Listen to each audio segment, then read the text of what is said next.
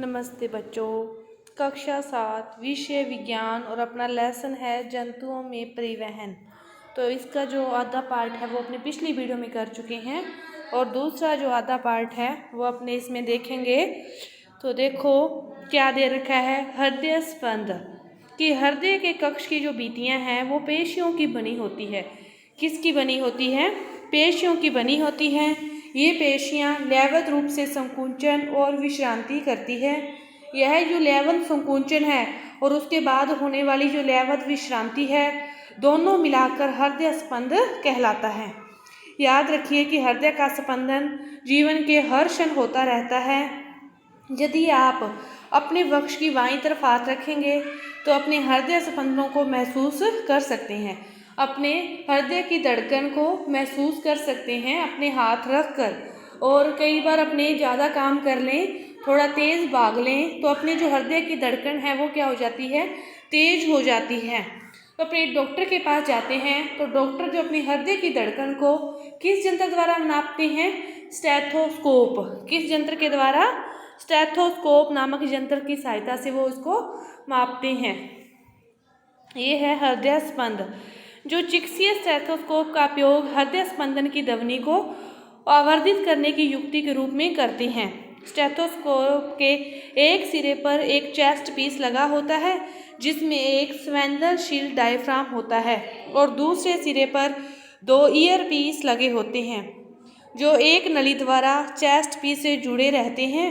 और जो चिकित्सीय स्टेथोस्कोप का जो चेस्ट पीस है वो आपके हृदय के स्थान पर रखकर श्रोतिकाओं से स्पंदनों की ध्वनि का अध्ययन करते हैं। बस आपको इतनी बात याद रखनी है कि अपने अपने हृदय की धड़कन को हाथ रखकर भी महसूस कर सकते हैं। और जो चिकित्सीय प्रणाली है, जो चिकित्सक हैं, वो इस बात को किससे मापते हैं? स्टेथोस्कोप से। किससे मापते हैं? स्टेथोस्कोप से मापते हैं।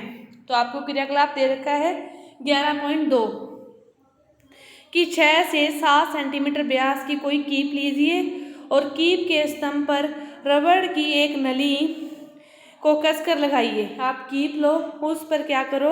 रबड़ की एक नली को लगाइए और कीप के मुख पर रबड़ की एक झिल्ली को तान कर लगाइए।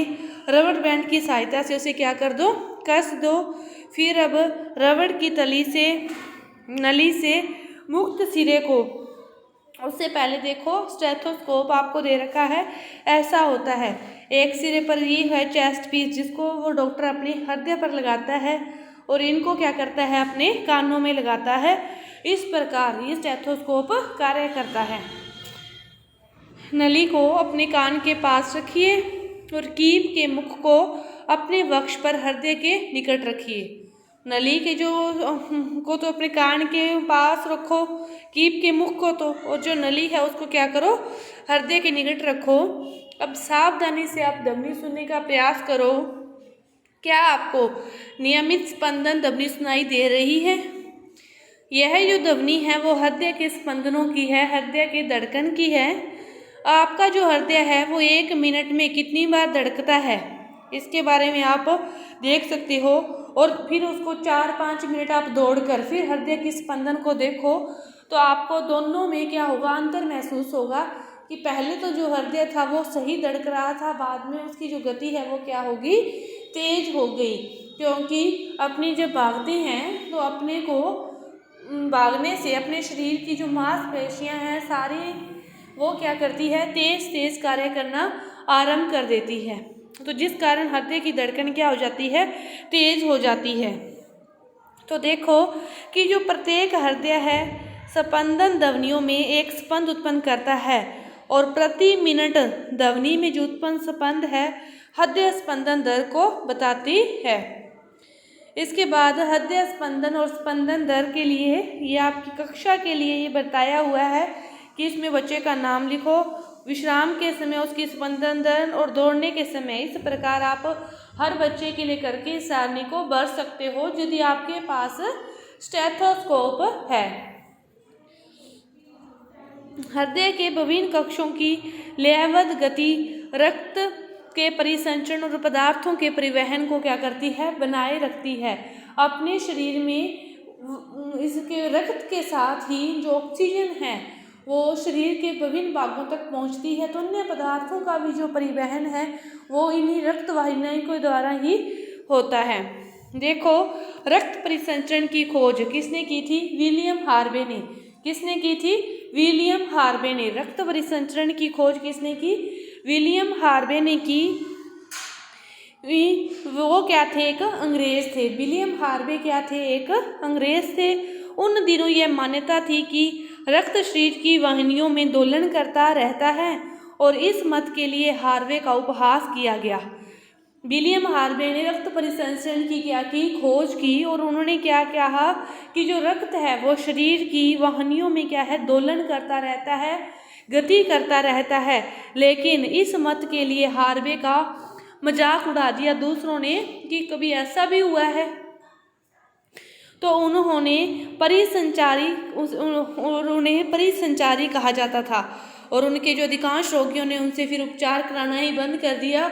भी ये कैसा डॉक्टर है, इसे कुछ अता पता तो है नहीं। अपने भी किसी के पास जाते हैं डॉक्टर के, उसकी कोई बात सुन लें कि इस डॉक्टर ने उस पेशेंट के साथ ऐसा किया या इसने इसके साथ ऐसा किया, तो अपने भी उस डॉक्टर के पास दोबारा जाना पसंद नहीं करते। तो इसीलिए विलियम हार्वे ने जब यह बताया कि जो रक्त है वो अपनी रक्त वाहिनियों में क्या है? दोलन करता है, तो उसका दूसरों ने मजाक उड़ाया और उसका नाम भी रख दिया परिसंचारी। उसका नाम भी क्या रख दिया? परिसंचारी।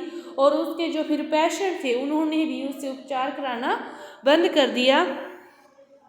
तथापि हार्वे की मृत्यु से पहले परिसंचरण के बारे में उनके विचार को जीव विज्ञानी तथ्य के रूप में फिर मान्यता मिल गई थी। बुझो जानना चाहता है कि क्या स्पंज और हाइड्रा में भी रक्त होता है? फिर क्या हुआ कि बुझो जानना चाहता है कि हाइड्रा और स्पंज में भी क्या रक्त होता है? स्पंजों और हाइड्रा जैसे जंतुओं में कोई परिसंचरण तंत्र नहीं पाया जाता। तो जिस जल में वे रहते हैं वही उनके शरीर में प्रवेश करके उनके भोजन और ऑक्सीजन की क्या करते हैं? आपूर्ति करते हैं। जब जल बाहर निकलता है तो वह अपने साथ कार्बन डाइऑक्साइड और अपशिष्ट पदार्थों को ले जाता है। अतः उन्हें परिसंचरण हेतु रक्त के सामने तरल की आवश्यकता नहीं होती।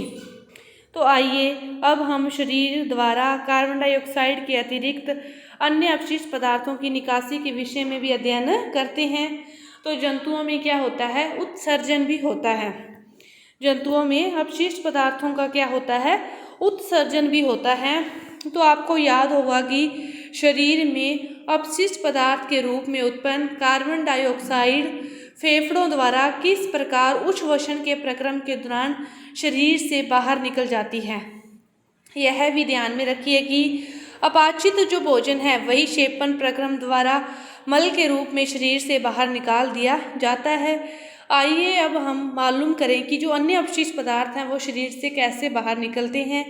तो देखो कि जब हमारी कोशिकाएं अपना कार्य करती है तो कुछ पदार्थ अपशिष्ट के रूप में क्या होते हैं? निर्मुक्त होते हैं। कुछ पदार्थ अपशिष्ट के रूप में निर्मुक्त होते हैं और अधिकांश ये पदार्थ विषाक्त होते हैं, जहरीले होते हैं। इसीलिए इन्हें शरीर से बाहर निकालने की आवश्यकता होती है। सजीवों द्वारा कोशिकाओं में निर्मित होने वाले अपशिष्ट पदार्थों को बाहर निकालने के प्रक्रम को उत्सर्जन कहते हैं। और उत्सर्जन में भाग लेने वाले जो सभी अंग हैं ये मिलकर क्या बनाते हैं? उत्सर्जन तंत्र बनाते हैं।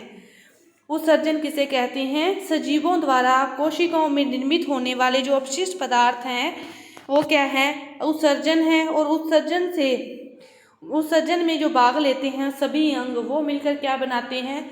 उत्सर्जन तंत्र का निर्माण करते हैं। इसके बाद अपने मानव उत्सर्जन तंत्र के बारे में पढ़ेंगे। तो देखो मानव उत्सर्जन तंत्र क्या है कि अपने शरीर में सभी भागों तक जो भोज्य पदार्थों या ऑक्सीजन या जिस भी खाद्य पदार्थ की आवश्यकता है उसका प्रवाह कौन करता है? रक्त करता है। तो रक्त में ही क्या होते हैं? जो अपशिष्ट पदार्थ हैं वो उसी की सहायता से ही वापस इकट्ठे होते हैं। और जो यह पूरी प्रक्रिया होती है ये किस में होती है? वर्क में होती है। ये पूरी प्रक्रिया किस में होती है? वर्क में होती है। जब रक्त है फिर दोनों वर्गों में पहुंचता है तो उसी में से उपयोगी और हानिकारक पदार्थों को छांट दिया जाता है और यही पदार्थ उपयोगी पदार्थों को तो फिर पुण्य रक्त में भेज दिया जाता है और अनुपयोगी पदार्थों को अपशिष्ट पदार्थों के रूप में बाहर निकाल दिया जाता है। तो ये पूरी प्रक्रिया किस में होती है? दोनों वर्गों में होती है। जो रक्त के द्वारा वहाँ तक लाए जाते हैं और उपयोगी और अनुपयोगी के रूप में उनको अलग अलग कौन छांटता है? वर्ग ही छांटता है। ये मानव का उत्सर्जन तंत्र है। ये दोनों वर्ग हैं। इस पर इन रक्त वाहिनियों के द्वारा पदार्थ पहुँचते हैं और उपयोगी इसमें और अनुपयोगी इसमें, फिर वो आगे उत्सर्जित पदार्थ के रूप में आगे जाते हैं। तो ये उत्सर्जित जो पदार्थ हैं वो कहाँ इकट्ठे होते हैं? इस भाग में इकट्ठे होते हैं। तो इसके बाद है कि कोई जो व्यक्ति है वयस्क, वो सामान्यतः 24 घंटे में 1 से 1.5 लीटर तक उत्सर्जित पदार्थ अपशिष्ट पदार्थ के रूप में उत्सर्जित करता है। तो जो हम सभी ये अनुभव करते हैं कि गर्मियों में हमें क्या है? पसीना आता है, तो सफ़ेद में जल और लवण होते हैं। तो बूझों ने जो देखा कि गर्मियों के दिनों में प्राय पसीने के कारण कपड़ों में क्या हो गए? सफ़ेद धब्बे दिखाई देते हैं। तो विशेषकर उन स्थानों में यहाँ अधिक पसीना आता है, ये धब्बे पसीने में उपस्थित लवणों के कारण बनते हैं। तो आप समझ सकते हो कि जो पूरी प्रोसीजर है, इसकी पूरी प्रक्रिया है अपशिष्ट पदार्थ की, उसके अंतर्गत क्या कहा गया है कि जो मानव के सभी अंगों तक ऑक्सीजन या अन्य खाद्य पदार्थ किसके द्वारा पहुंचते हैं? रक्त के द्वारा पहुंचते हैं। और इकट्ठे जो पदार्थ होते हैं वो भी किसके द्वारा होते हैं? रक्त के द्वारा ही होते हैं। और रक्त इन दोनों को कहाँ लेके आता है? वर्गों में लेके आता है। वर्ग क्या करते हैं? इनको अपशिष्ट और उपयोगी के रूप में इकट्ठे कर अलग अलग कर देते हैं। उपयोगी वापिस रक्त के माध्यम से और अपशिष्ट वापिस बाहर निकल जाते हैं। तो कोई वयस्क है वो सामान्यतः 24 घंटे में 1 से 1.8 लीटर तक मूत्र करता है। ये भी क्या है? अपशिष्ट पदार्थ हैं। पसीना भी क्या है? अपशिष्ट पदार्थ है। तो किसी न किसी रूप में सारे जो अपशिष्ट पदार्थ हैं वो बाहर निकलते हैं। कभी कभी क्या हो जाता है कि यदि ये वर्ग ही कार्य करना बंद कर दे, जिसमें उपयोगी व अपशिष्ट पदार्थ अलग अलग होते हैं, तो फिर क्या होगा? ऐसा किसी संक्रमण या चोट के कारण हो सकता है। वर्ग के अक्रिय हो जाने की स्थिति में रक्त में अपशिष्ट पदार्थों की मात्रा क्या हो जाती है? बढ़ जाती है और ऐसे व्यक्ति की अधिक दिनों तक जीवित रहने की संभावना क्या होती है? कम होती है। यदि कृत्रिम रक्त द्वारा रक्त को नियमित रूप से छानकर अपशिष्ट पदार्थों को हटा दिया जाए तो जीवन काल में वृद्धि संभव है और इस प्रकार की वृद्धि को क्या कहते हैं? अपोहन कहते हैं। तो आगे का जो भाग है पादपों में परिवहन का, तो इस पार्ट में आपके सिलेबस से इस पार्ट को हटा दिया गया है। फिर भी आप एक बार इसको पढ़ने का प्रयास करोगे, कुछ क्वेश्चन जो करने होंगे वो मैं आपको क्वेश्चनों में समझा दूंगी। आपका जो पार्ट है ये पूरा हुआ। धन्यवाद।